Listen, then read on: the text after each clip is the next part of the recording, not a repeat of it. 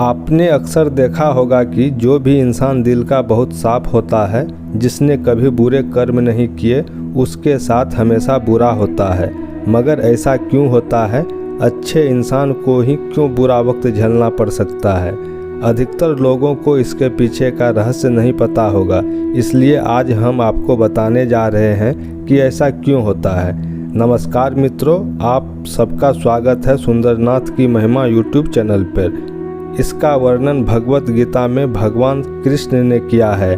भगवत गीता एक ऐसा ग्रंथ है कि उसमें इंसान के मन में उठने वाले हर सवाल का जवाब मिल जाता है। भगवत गीता में वर्णित कथा के अनुसार एक नगर में दो पुरुष रहते थे।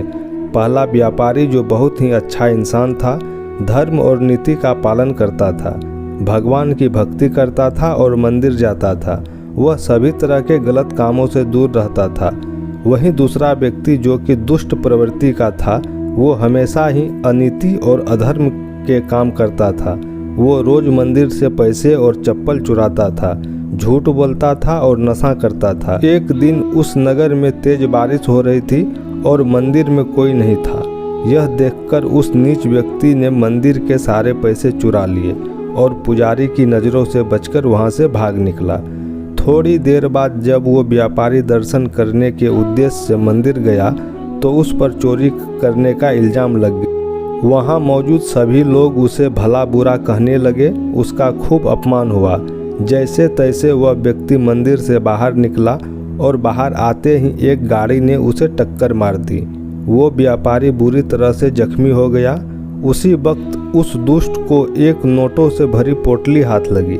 इतना सारा धन देखकर वो दुष्ट खुशी से पागल हो गया और बोला कि आज तो मज़ा ही आ गया। पहले मंदिर से इतना धन मिला और फिर ये नोटों से भरी पोटली। दुष्ट की यह बात सुनकर वह व्यापारी दंग रह गया। व्यापारी घर जाते ही घर में मौजूद भगवान की सारी तस्वीरें निकाल दी और भगवान से नाराज होकर जीवन बिताने लगा।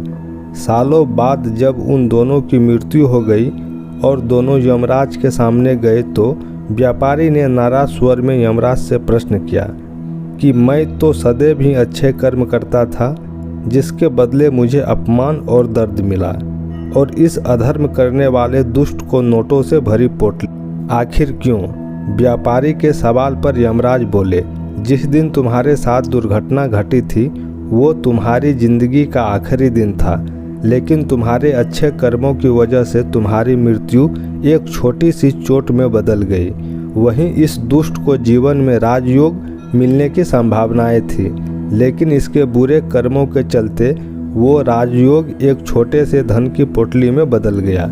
इस कहानी को सुनाने के बाद श्री कृष्ण ने अर्जुन को समझाया कि भगवान हमें किस रूप में देते हैं इसको समझ पाना बहुत ही मुश्किल है, परंतु सत्य है कि भगवान हमेशा अच्छे और बुरे कर्मों का फल जरूर देते हैं। अतः व्यक्ति को चाहिए कि जीवन में आने वाली परेशानियों से घबराना नहीं चाहिए और व्यक्ति को सदैव अच्छे कर्म करना चाहिए, क्योंकि उसका फल किसी न किसी रूप में जरूर मिलता है। धन्यवाद।